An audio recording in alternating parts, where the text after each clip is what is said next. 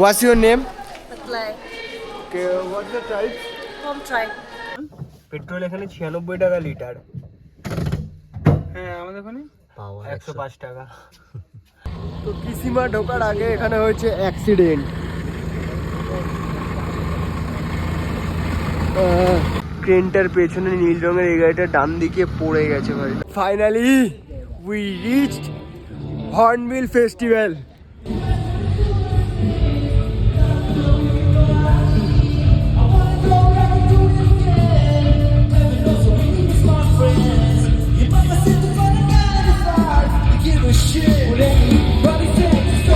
ভাই new year party হচ্ছে মনে হচ্ছে হর্নবিলে ভাই।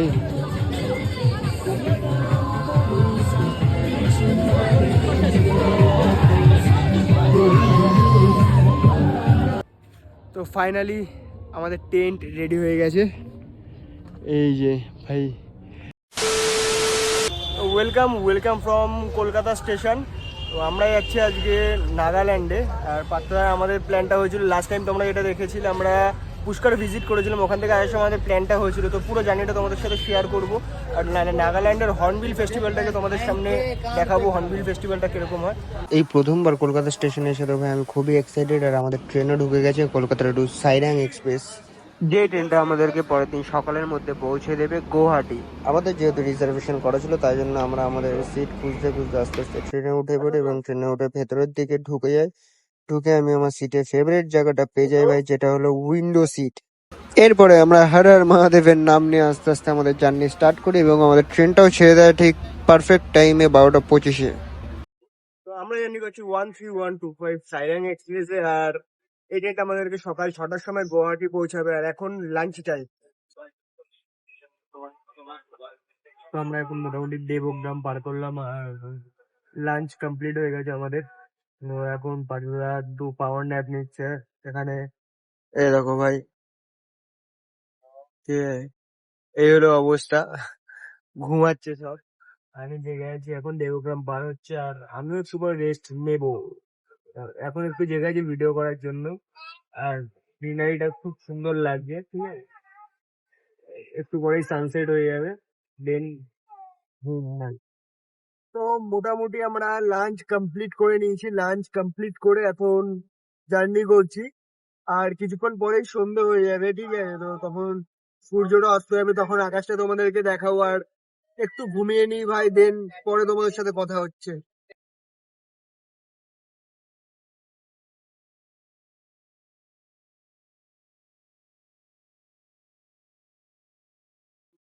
তবে একটা ভালো রকম ঘুম দিয়ে এখন ঘুম থেকে উঠেছি, উঠে আসলাম, একটু ফ্রেশ হয়ে নিলাম, নিয়ে এখন আমরা ডিনার করব।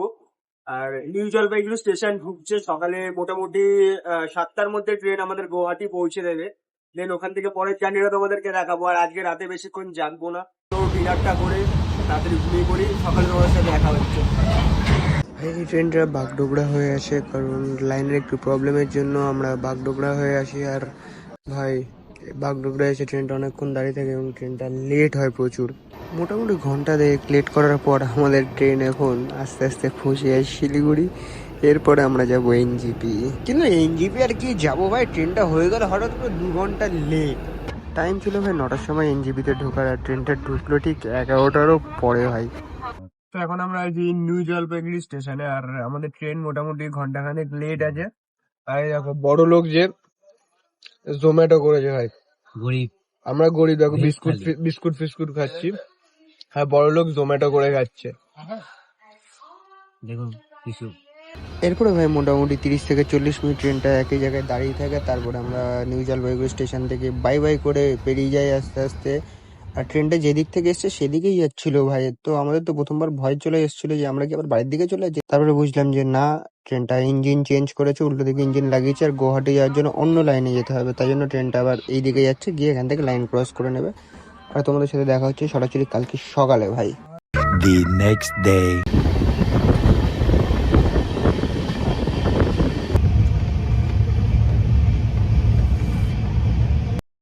তো good morning from Sairang express. আমাদের ট্রেন মোটামুটি 3.5 ঘন্টা লেট আছে ভাই, যার জন্য আমাদের 7টায় টাইম ছিল আমাদের গুয়াহাটি ঢোকার। সেটাই ঢুকবে সকাল 10টা থেকে 10:30 অ্যাটলিস্ট বেজে যাবে। তো প্ল্যানিং এ যে ট্রেনটা ছিল নাগাল্যান্ডের জন্য সেই ট্রেনটা আমরা পাবো নাকি জানি না, তাই জন্য এখন প্ল্যানিংটাই হয়ে পুরোপুরি স্টপ রেখেছি। ঠিক আছে, তো গুয়াহাটি নেমে প্ল্যানিং করবো, দেখবো কোন ট্রেন পাওয়া যায় কি পাওয়া যায়। বাইরেটা এখন খুব সুন্দর লাগছে, আর সকালবেলা অনেকদিন পর মনে হচ্ছে এত সকালে আমি ঘুম থেকে উঠেছি, কারণ রাতে এডিট করে এত সকালে ঘুম থেকে ওঠা হয় না। ট্রেনের আবহাওয়াটা সেই লাগছে, খুব সুন্দর। 1,000 years later. তো ফাইনালি এখন আমরা গুয়াহাটিতে নেমে গেছি। ট্রেন ভাই মোটামুটি 3 ঘন্টা লেট, আর এখান থেকে দিমাপুরের জন্য আমাদের যে ট্রেনটা ধরার কথা ছিল সেই ট্রেনটা আমরা মিস করেছি। দেখা যাক এখন সেকেন্ড অপশন কি বেরোয়।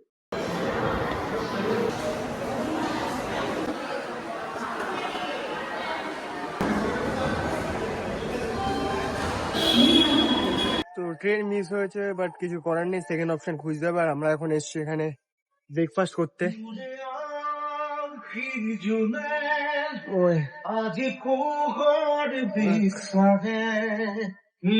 তো আমরা গুয়াহাটি নেমেছি। গুয়াহাটি নেমে আমাদের দিমাপুরের ট্রেনটা, ফার্স্ট ট্রেনটা যেটা আমাদের প্ল্যানিং ছিল সেটা মিস হয়েছে, কারণ আমাদের ট্রেন ছিল 4 ঘন্টা লেট। তো এখন আমরা বেরিয়ে বাইরে এসেছি, এখন করছি ব্রেকফাস্ট। আর ব্রেকফাস্ট আমরা একটু হেভি করে নিচ্ছি, তার কারণ 1টা 20-তে আমাদের ট্রেন আছে গুয়াহাটি থেকে দিমাপুরের জন্য, যেটা আমাদেরকে সন্ধ্যেবেলা পৌঁছাবে। তাই জন্য একটা হেভি ফুড আমরা নিয়ে নিচ্ছি, ট্রেনে যেহেতু বেশি কিছু খাওয়া যাবে না। আর এখানে একটা রেস্টুরেন্টে এসেছি, রেস্টুরেন্টের নাম আমি তোমাদেরকে বোর্ডে দেখিয়ে দিচ্ছি। আর এখানে নিয়েছি আমরা ভেজ থালি, যেখানে ডাল আছে, একটা কারি আছে, ভাজা আছে, স্যালাড আছে, চাটনি আছে, দুটো রুটি আছে, রাইস আছে, আর পাঁপড় আছে। তো এই ছিল আমাদের ব্রেকফাস্ট। এরপরেও জার্নিটা তোমাদের সাথে কন্টিনিউ করবো, চলো।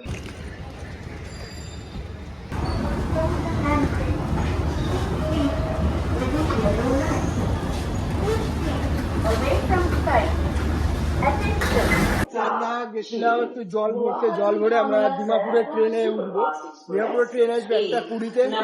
সেই ট্রেনটা ধরে মোটামুটি 4 থেকে 5 ঘন্টা একটা জার্নি আছে, যেটা করে আমরা ট্রেনে উঠবো। তো সরাসরি তোমার সাথে ট্রেনে দেখা হচ্ছে।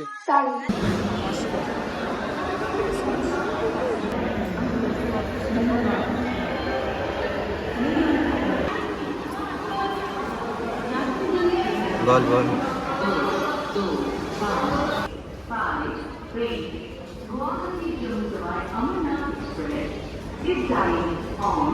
ঘড়িতে বাজে এখন 2:30, আর আমি দিমাপুরের ট্রেনে উঠে গেছি গুয়াহাটি থেকে। ট্রেনটা প্রচুর লেট করেছে। এরপরও একটা ট্রেন ছিল যেটা আমরা ভাবছিলাম ওটা ধরতে হবে, বাট ওটা আমরা ধরিনি। আমরা এই আগের এই ট্রেনটা পেয়ে গেছি, আর বসে আছি এখন ভাই রিজার্ভেশন কামরায়। ঠিক আছে, তো কিছু করার নেই ভাই, ট্রেন লেট। আমাদের শিডিউল যেটা করা ছিল ভাই, শিডিউলটা পুরো একদম ব্রেক হয়ে গেছে, তাই জন্য আমাদেরকে অপশানটা বেছে নিতে হয়েছে। আর এখন আছি, স্টেশনটার নামও দেখা যাচ্ছে না ভাই। তো এখন একটু রেস্ট নেবো, রেস্ট নিয়ে বিকেলবেলা 5 ঘন্টার জার্নি আছে, 5 ঘন্টা জার্নি করে নামবো আমরা দিমাপুর। স্টেশনটার নাম হলো পানিখাটি স্টেশন, পানিখাটি।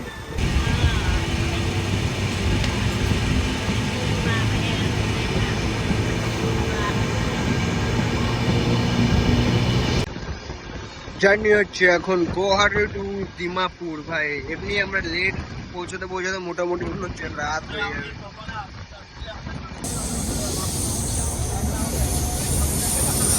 তো ঘড়িতে বাজে এখন সন্ধ্যা 8টা, আর আমরা এখন পৌঁছেছি দিমাপুর স্টেশনে। ট্রেনটা প্রচুর লেট ছিল, যেটা আমাদের মোটামুটি 1টায় আসার কথা, সেটা আমাদের এসছে ভাই এখন সন্ধ্যে 9টা। তো আমরা এখন আছি দিমাপুরের বাইরে, আর দিমাপুরের থেকে এখন অনেক রাত হয়ে গেছে। আমরা যাবো কিসিমা হেরিটেজ ভিলেজ, এখান থেকে সরাসরি। তাই জন্য আমাদেরকে রিজার্ভ কার করেছি আমরা, এই গাড়িটা এটা রিজার্ভ করেছি আমরা, কারণ কিছু করেন না। এখন ভাই রাত 8টা বাজে, আর আমাদের ডেস্টিনেশনে পৌঁছাতেই হবে, তার কারণ কালকের থেকে আমরা ফেস্টিভ্যালটা অ্যাটেন্ড করতে চাই। দেন তারপর আমাদের ট্রেকও আছে, তোমরা জানো। তো আজকে বেশি কথা বলবো না, তাড়াতাড়ি পৌঁছে স্টের কী ব্যবস্থা করা যায় দেখবার, ছোটো ছোটো কিছু যতটা পারবো তোমাদের সাথে শেয়ার করবো। চলো যাওয়া যাক। এখানে পেট্রোল 96 টাকা লিটার। পেট্রোল এখানে 96 টাকা লিটার। হ্যাঁ, আমাদের ওখানে 105 টাকা।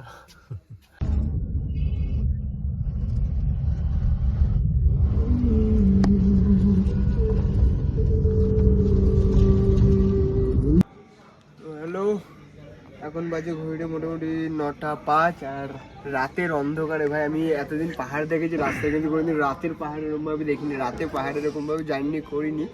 আর আজকে ফার্স্ট টাইম আমি পাহাড়ে জার্নি করছি, তাও রাতে আমরা জার্নি করছি ওয়াগনারে। আর এখান থেকে আমরা যাবো ডাইরেক্ট কিসিমা হেরিটেজ ভিলেজ, যেখানে হর্নবিল ফেস্টিভ্যালটা হচ্ছে। আর আমাদের গাড়ির যে দাদা আছে বা সেই দাদা তো আলাদা, ঠিক আছে, মানে আমাদের সব কিছু থেকে আমরা বললাম যে আমরা জুকু ট্রেক করবো, সেখানে হেল্প থেকে শুরু করে কোথায় ঘুরবো না ঘুরবো, কীভাবে হেল্প হবে সব কিছু তারা করছে। তো আমি দাদার নাম্বার, দাদার গাড়ি তোমাদেরকে দেখিয়ে দেবো অবশ্যই, ঠিক আছে। তো তোমরা যখনই এখানে আসবে তোমরা দাদার সাথে যোগাযোগ করতে পারো। কহিমা সিটি ওটা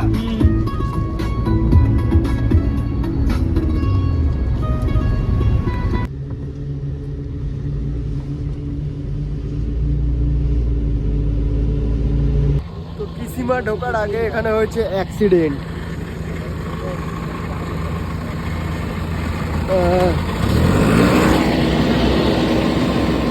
বিশাল একটা অ্যাক্সিডেন্ট হয়েছে।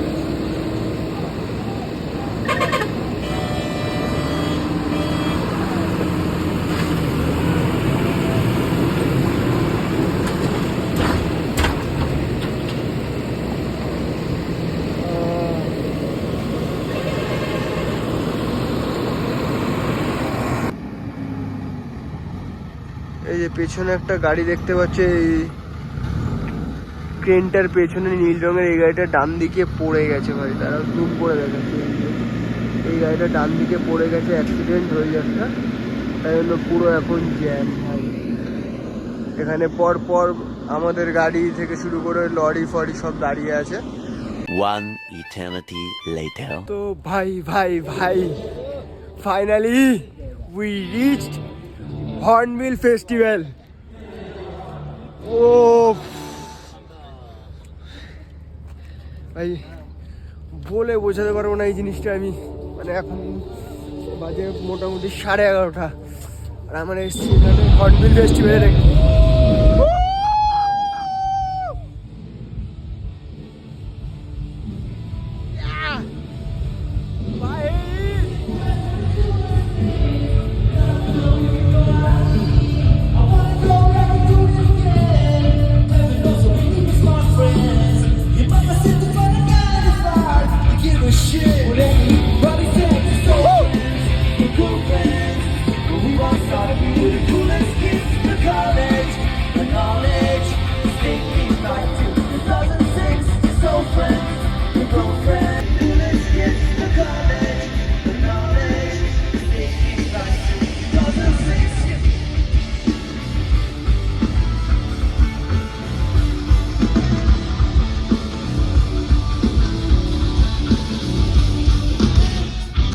ভাই নিউ ইয়ার পার্টি হচ্ছে মনে হচ্ছে হর্নবিলে ভাই।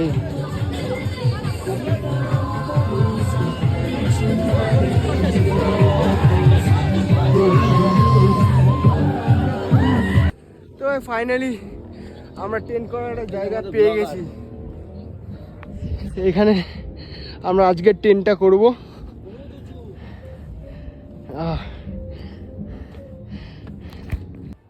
তো ফাইনালি আমাদের টেন্ট রেডি হয়ে গেছে। এই যে ভাই রাতে ভালো দেখা যাচ্ছে না, আর রাস্তাটাও আমরা রাতে এসেছি অন্ধকারে।